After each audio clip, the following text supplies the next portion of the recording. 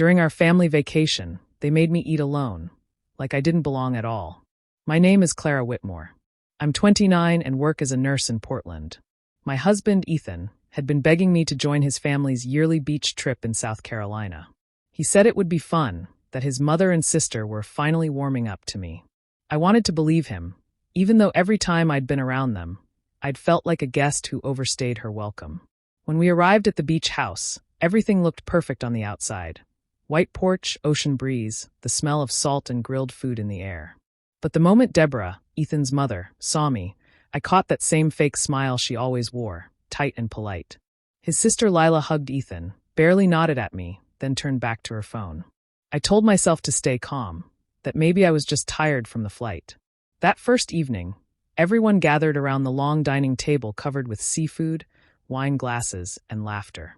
I went to sit beside Ethan, but Deborah stopped me with a smile that didn't reach her eyes. "Oh, honey, I hope you don't mind," she said. We set up an extra table for the kids in the corner. There weren't enough seats here. I froze. The kids' table was a small folding table by the window with two of Ethan's younger cousins already sitting there, drawing on napkins. Everyone watched me, waiting to see if I'd protest. Ethan looked away, pretending not to notice. My face burned. I wanted to say something, but instead I nodded and walked to the small table. I could hear them laughing as I sat down, pretending to eat while the others toasted and joked. From where I sat, I could see Ethan's profile. He was smiling, completely at ease, like nothing was wrong. Every clink of their glasses sounded louder than the waves outside. I tried to tell myself it wasn't a big deal, that maybe it was just bad planning. But deep down, I knew better. Deborah had planned every part of this trip. She'd chosen to put me there. I picked at my food while the kids whispered and giggled. The air felt heavy, thick with embarrassment. I kept my head down, forcing bites I couldn't taste, counting the minutes until dinner ended. When it finally did, I carried my own plate to the kitchen. Deborah smiled again, that same sharp smile. "You're such a good sport, Clara." Not everyone would take it so well. I wanted to cry, but I just nodded and said, "It's fine." That night, lying in bed beside Ethan, listening to him snore softly, I stared at the ceiling and felt something inside me shift. I'd thought being patient would make them accept me, but all it did was make it easier for them to pretend I wasn't there. And for the first time, I wondered how long I could keep pretending too. The next few days were slow, heavy, and filled with moments that made me question if I was losing my mind. Every morning, I woke up hoping things would be better, that maybe Deborah or Lila would try to include me. But it was always the same. At breakfast the second day, I walked into the kitchen and saw everyone eating. Plates and mugs were scattered around the table, but there wasn't one for me. Deborah looked up and smiled like nothing was wrong. "Oh, Clara, I must have forgotten to set your place. There are extra plates in the cabinet if you want to grab one." It wasn't the words that hurt, it was the tone. Sweet on the surface, but with a sting underneath. Ethan didn't say anything. He just sipped his coffee and scrolled through his phone like he hadn't noticed. I made my plate quietly, trying not to show how much it bothered me. When I finally sat down, Lila looked at my clothes and smirked. "You really like those plain t-shirts, huh? You could borrow something from me if you want. I just think you'd look more polished." Her voice was smooth, but her eyes were cruel. Ethan chuckled softly, the kind of laugh people make when they don't want to pick a side. I stared at my food, pretending not to hear. Inside, I could feel something tighten. Later that morning, I offered to help with breakfast dishes, trying to stay useful. Deborah handed me a dish towel, then started pointing out every tiny thing I did wrong. "Oh, not like that, dear. Those plates are too delicate for the dishwasher."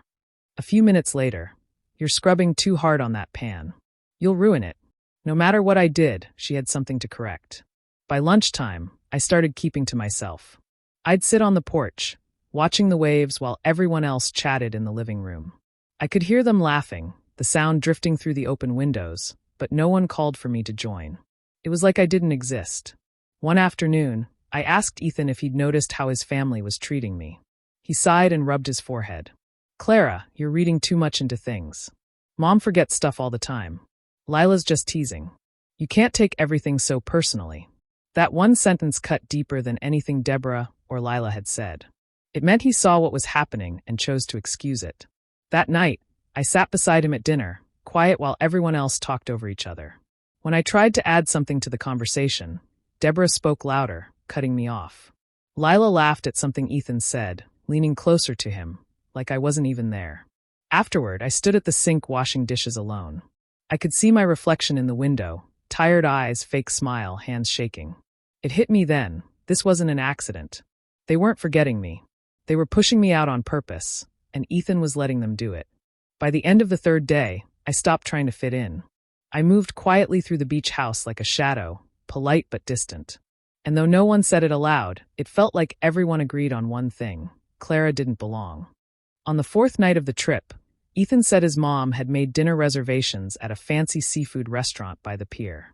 I tried to look excited, though my stomach was already tight with nerves. I told myself maybe this would be the night things got better. Maybe everyone would finally relax, and I'd stop feeling like a stranger.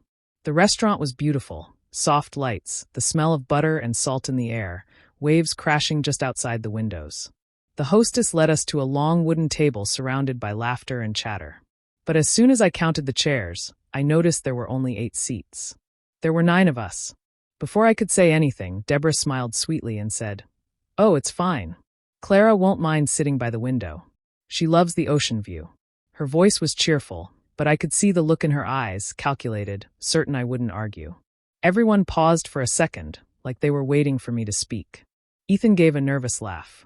"Yeah, babe, you don't mind, right? It's just for tonight." Something inside me sank. My throat tightened, but I forced a smile and nodded. "Sure," I said quietly. "No problem." They all turned back to each other, the moment gone as quickly as it came. I walked to the small table by the window, away from them, pretending not to care. The hostess brought a single-place setting and filled my water glass before leaving me alone. From where I sat, I could see Ethan and his family talking, smiling, raising their glasses for a toast. Deborah said something that made everyone laugh, and even Ethan threw his head back, laughing along. I tried to eat the shrimp in front of me, but each bite felt like sand in my mouth. The sound of their laughter hurt more than any words could. I kept my head down, hoping no one would notice the tears welling in my eyes. A waiter came by and asked softly if everything was all right. I just nodded. My voice wouldn't come out. At one point, Ethan turned and caught my eye from across the room. He smiled awkwardly and lifted his glass as if to include me in the toast, but he didn't get up. He didn't move. He just went back to his conversation. The night felt endless. I finished my meal long before they did, staring out the window at the dark ocean. The waves were calm, steady, peaceful, the complete opposite of how I felt. When the check finally came, Deborah waved her card in the air. "All taken care of," she said, loud enough for the waiter to hear. Then she stood and looked over at me. "You ready, dear?" Her tone made my chest tighten. I nodded again, following behind the group as they left the restaurant laughing, full, and happy. I walked a few steps behind, invisible in the crowd. That night, as we drove back to the beach house, I didn't say a word. I stared out the window, my reflection staring back. That was the moment it became clear. It didn't matter how hard I tried or how quiet I stayed. I was never part of them, and I never would be. When we got back to the beach house that night, the others went straight to their rooms, still laughing about something that had happened at dinner. Ethan and I walked in silence. I could feel the weight of everything pressing down on me. The looks, the whispers, the way they'd all pretended nothing was wrong. As soon as the door closed behind us, I finally spoke. My voice shook, but I forced the words out. "Ethan, what happened tonight wasn't okay. You just sat there and let your mom make me eat by myself." He dropped his keys on the counter and sighed like he was already tired of the conversation. "Clara, please don't start. It was just a mix-up. There weren't enough seats." I stared at him. "No, Ethan, she planned that. Everyone saw it." He turned to me, his voice sharper now. "You're overreacting. You made everyone uncomfortable. Mom was just trying to make the best of it, and you sat there pouting like a kid. You embarrassed me." I felt my chest tighten. "Embarrassed you?" I said quietly. "I sat alone because no one wanted me there." He rubbed his forehead, frustrated. "You always twist things. You look for drama that isn't there. They're trying, Clara. You just don't see it because you're so focused on every little thing." It was like being punched with words. I wanted to argue, to tell him everything I'd noticed. The missing plate, the mocking looks, the way his mother smiled like she enjoyed watching me shrink. But the more I spoke, the more defensive he became. Finally, he said, "Can we just drop it? You ruined dinner enough as it is." The room went silent. I felt small and foolish standing there, trying to hold on to something that was already slipping away. The air between us grew heavy. I didn't trust my voice anymore, so I just nodded and said, "I'm sorry." The words came out before I could stop them. They felt wrong, but Ethan relaxed like that was all he needed to hear. "Thank you," he said, and walked into the bedroom. I stayed in the living room for a while, staring at the dark window. Outside, the ocean was calm, waves rolling in and out like slow breathing. The sound should have been soothing, but it only made the silence inside me louder. Later, when I finally lay down beside him, Ethan was already asleep. His breathing was steady, peaceful. I turned toward the window, watching the faint light of the moon spill across the floor. My eyes burned, but I didn't cry. For a long time, I just listened to the waves, the soft hum of the air conditioner, the echo of his words repeating in my mind. "You're overreacting. You embarrassed me." Somewhere in the quiet, something inside me hardened. I realized I couldn't keep waiting for him to see me, to defend me, to care enough to stand beside me. I was done begging to be noticed. By the time the first light of morning touched the room, my decision was made. I would stay silent but not broken. If they wanted me invisible, they'd soon find out what that really meant. The next morning, the house was quiet except for the sound of dishes clinking in the kitchen. I got up early, trying to keep busy. I didn't want to think about the fight from the night before or the way Ethan had brushed me off. So, I started cleaning up, picking up empty glasses and folding napkins left from the night before. As I walked toward the kitchen, I heard voices, Deborah and Lila's. They didn't know I was there. I froze behind the half-open door, their laughter spilling through the air. Lila's voice was sharp, amused. "Did you see her face last night? Sitting all alone by the window like some sad extra in a movie." Deborah chuckled. "Oh, I saw. Poor thing still thinks she fits in here." Ethan's always had a soft spot for charity cases. Remember when he said she was different? I told him, nurses always act like saints until they marry into money. Lila laughed louder. "Please," she trapped him. I heard him say it himself. He's already planning to end things after this trip. Guess he's finally waking up. The words hit me like a punch. My heart pounded so hard I could hear it. I stood there frozen, afraid to breathe. Deborah's tone turned smug. "He told me last week he's been staying late at work just to avoid going home to her. I don't blame him. Can you imagine living with someone that dull? He'll thank me when this is all over." Lila sighed dramatically. "He better. She's probably already counting on his next bonus, thinking she's got him wrapped around her finger." They both laughed again. I gripped the counter so hard my fingers hurt. Every word felt like a blade. "Ethan plans to leave her." The sentence replayed in my head until it didn't sound real anymore. When I finally stepped away, my legs felt weak. I went outside, the morning air cool and sharp against my skin. My hands were shaking. I thought of all the nights Ethan had said he was working late, the excuses about missing money, the canceled dates, the way he'd turned everything around on me when I questioned him. It all made sense now. I sat down on the steps and stared at the ocean. For the first time, I saw everything clearly. The lies, the distance, the way he'd let them treat me, it was all connected. I had trusted him completely, and he'd been building a way out behind my back. But the tears never came. The sadness I expected wasn't there. Instead, something else started growing, a steady, burning calm. I realized crying wouldn't fix anything. Begging wouldn't change what they'd already decided about me. If Ethan was planning to leave me, I'd make sure he regretted ever thinking I was weak. I stood up, wiped my hands on my jeans, and walked back inside, my mind already beginning to form a plan. After I heard them, I stopped trusting anything Ethan said. I started to move slowly and quietly, like I had to be careful not to wake a sleeping animal. I needed facts, not feelings. I needed proof.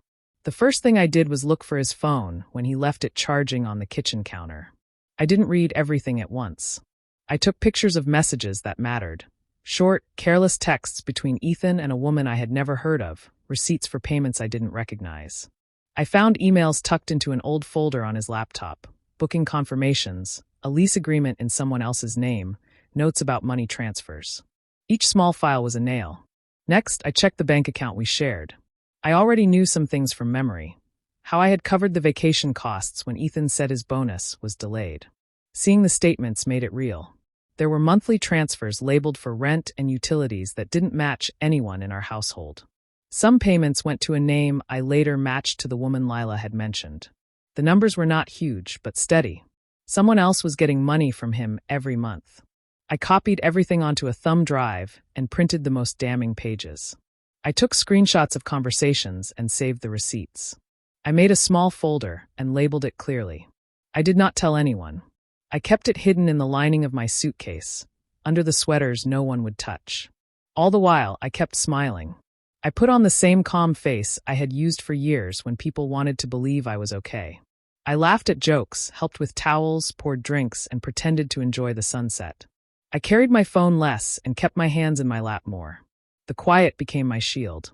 When Deborah nudged me toward chores, or when Lila left cutting comments, I answered with nothing. My silence felt strange at first, like a muscle I had never used. But it grew stronger the more I exercised it.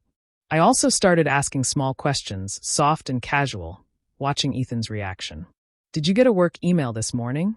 I would say, as if I was interested in his day. He would pause, and I watched him search his face for the ease he used to have. Those little pauses were important. They were cracks. I never accused him in public. I never raised my voice. I let him crumble quietly. At night, I sat with the folder and planned. I thought about timing and what I wanted him to feel. I wasn't trying to ruin him for the sake of spite. I wanted him to understand what it felt like to be small and unseen the way he had made me feel. My silence was not empty. It was deliberate. Every smile, every quiet answer, every single step I took was part of that plan. By the time the trip ended, I had everything I needed. I folded the papers back into the suitcase and zipped it closed. I walked out of the house the same way I had walked in, calm, steady, pretending I belonged. Inside, I was already far from them. The last morning of the trip was bright and calm. The air smelled like salt and sunscreen, and everyone seemed cheerful for once. Deborah gathered everyone on the beach for family pictures before breakfast. She'd been planning it all week, talking about the perfect Whitmore family photo to frame over the fireplace. When we reached the sand, Lila spread a blanket for her parents while Ethan carried a cooler. I followed behind, quiet as usual. Deborah lined everyone up, giving orders like a director. "Lila, stand next to your brother. Ethan, move closer to your father." "Yes, that's better." I waited to see where she'd tell me to stand. She glanced at me briefly, then smiled too sweetly. "Oh, Clara, maybe we'll do one with just the Whitmores first. You don't mind, do you?" Ethan gave a short, nervous laugh. "Yeah, Mom likes to have one with the family each year," he said softly, not looking at me. Something in me went still. I smiled, nodding like it didn't bother me. "Of course. Go ahead," I said. My voice was calm, almost light. I stepped back onto the dry sand and watched them gather close, their arms around each other. The perfect picture of a happy family. When Deborah waved for the photographer, I took out my phone and snapped my own picture from a distance. The image was small but clear. Ethan laughing with his family while I stood alone in the corner of the frame. That photo felt like the end of something, proof of what had always been true. After the pictures, everyone headed back to the house for brunch. They talked about packing and driving times, and who would post the pictures first. I stayed quiet, listening but not answering. Inside, I felt calm. There was no sadness left, no more trying to fix anything. That night, after everyone went to bed, I sat on the edge of the couch with my laptop. The sound of the ocean came through the open window, steady and soft. I opened our joint bank account and looked at the numbers. Most of the balance was mine, my salary, my savings, my bonuses. Ethan had always been careless with money. He'd let me manage most of it because he said I was good with numbers. I transferred what was legally mine into my personal account. I left a fair amount behind, just enough that he couldn't accuse me of stealing. The process took only a few minutes, but my hands were shaking the entire time. When it was done, I packed my suitcase quietly, careful not to wake anyone. I placed the folder of documents on top, zipped it shut, and took one last look around the room. The house was dark except for the pale glow of moonlight across the floor. Before sunrise, I carried my bag to the car, started the engine, and drove away without looking back. The road was empty. The sun hadn't risen yet, but I already felt lighter, like I was finally leaving the weight of their world behind me. When I got back home, the house felt different. It was quiet, peaceful, and finally mine again. I unpacked slowly, making sure to put everything in its place. There was no rush now, no one to please or wait for. Ethan wasn't due back for another day, and that gave me time to do what needed to be done. The first thing I did was visit a lawyer's office downtown. The woman there was calm and kind. I told her everything in simple words, no emotion, no long explanations. She asked a few questions, nodded, and helped me file the divorce papers. I didn't ask for anything that wasn't mine. I just wanted to be free. When she asked if I wanted to wait to tell Ethan, I shook my head. He'll figure it out soon enough, I said. After that, I went home and packed the rest of my things, the few that truly mattered to me. I took my nursing files, the books I loved, and the small photo of my parents that had sat by my bedside since college. I left behind the furniture we'd bought together and the framed wedding photo on the wall. Before I left, I wrote Ethan a short letter. I kept it simple and clean. Ethan, I know about everything, the money, the woman, and the lies. The account is divided fairly. Don't contact me. I wish you the best, but this is where it ends. I folded the letter neatly and placed it on the kitchen counter, where he would see it first thing when he walked in. Then I locked the door, dropped the keys in the mailbox slot, and walked away. Ethan came home the next evening. I didn't see it, but I could imagine his face when he found the apartment half empty and the letter waiting for him. Later that night, my phone started buzzing over and over. His name flashed across the screen again and again, but I didn't answer. When the calls stopped, new ones came from Deborah. I blocked every number. A week later, I sent an anonymous email to his company's HR department. I included copies of the proof I'd collected, bank statements, payments made through company accounts, small but clear examples of misuse. I didn't sign my name, just attached the documents and let the truth speak for itself. It didn't take long. 2 weeks later, I heard through a mutual friend that Ethan had been suspended. There were questions about missing funds, about the fake overtime he'd reported. His perfect image cracked, and Deborah couldn't fix it. After that, I didn't hear anything for months. But one evening, while I was having dinner, a message came from an unknown number. It was short, just a few words. I hope you're happy now. You ruined everything. I deleted it without replying. For the first time in a long while, I slept peacefully. The Whitmores had spent years trying to make me feel small, but now their silence filled the space where their power used to be. Their world was falling apart, and all I had done was step away and let the truth take its course. The apartment I rented was small but filled with light. It sat just a few blocks from the coast, where I could hear the waves at night through the open window. The first few days were quiet, almost too quiet. I'd wake up and forget for a second that Ethan was gone, that my life had changed completely. Then the silence would remind me. At first, I didn't know what to do with myself. There was no one to cook for, no one to wait on, no one's moods to measure before speaking. I spent my mornings walking along the shoreline, letting the cool wind sting my face. The ocean had always felt endless, but now it also felt forgiving, like it was washing away everything I'd carried for too long. I found a small shelter nearby one afternoon. I hadn't planned on stopping, but something made me go in. That's where I met a brown dog with tired eyes and a crooked ear. The volunteer told me he'd been abandoned months ago. I sat with him for a while, and when he rested his head on my knee, I decided to bring him home. I named him Rusty. Rusty followed me everywhere. He didn't care about my past or the mess I'd left behind. With him, I started to laugh again, softly at first, then more freely. He'd bark at the seagulls and chase the waves, and I'd find myself smiling without meaning to. On weekends, I began painting again.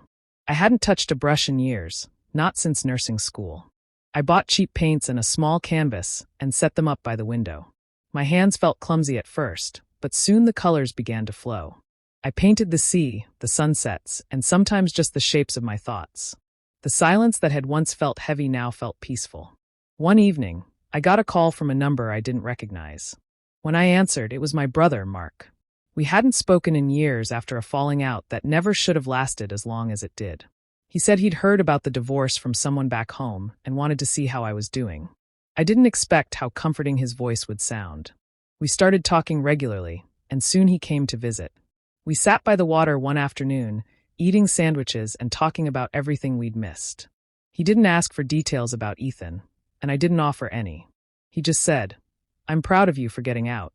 That was enough. As the weeks passed, I stopped counting time by days and started measuring it by moments of calm. There were no arguments, no cold silences, no pretending. Just peace. One night, as I watched the sun dip below the ocean, I realized something simple but powerful. Walking away wasn't weakness, it was strength. My quiet life wasn't empty. It was mine. And that, after everything, was my victory. It had been several months since I'd left, and my life had settled into something quiet and steady. Most days, I worked my shifts at the small clinic near the coast, came home to Rusty, and ended the evening with a walk along the beach.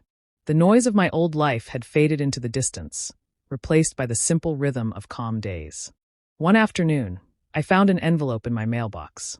My name was written in careful handwriting I didn't recognize at first. When I turned it over, I saw the last name, Whitmore. For a moment, I just stood there staring at it. I hadn't seen that name in months. My hands trembled slightly as I opened it. The letter was from Lila. The first few lines were polite, almost formal. Then she began to explain. Ethan had lost his job after everything that came out. Deborah's health had gotten worse, something about stress, medication, and guilt. She wrote that they were struggling to keep up, that Ethan wasn't the same anymore, and that they all regretted how they had treated me. She ended the letter with a single line, "We're asking for your forgiveness." I read it twice. There was no anger left in me, but there wasn't sympathy either. I folded the paper carefully and walked down to the beach. The sky was soft with evening light, the air cool and still. I stood where the water met the sand, the waves brushing against my feet, and took a match from my pocket. The flame caught quickly. The edges of the letter curled and turned black, the paper shrinking as the fire ate through the words. I watched the ashes scatter in the breeze and drift toward the water until nothing was left. It wasn't anger that made me burn it, it was closure. I didn't need to answer them. I didn't need to relive the past.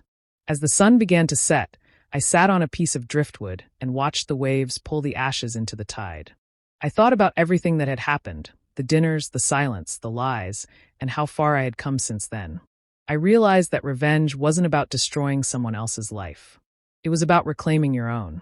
Later that evening, I walked into the small seaside cafe I visited every week. The waitress smiled when she saw me and led me to my usual table by the window. The same one I'd chosen the first time I came in alone. I ordered my coffee and a slice of pie and watched the ocean through the glass. The cafe was busy, filled with laughter and conversation, but I didn't feel out of place.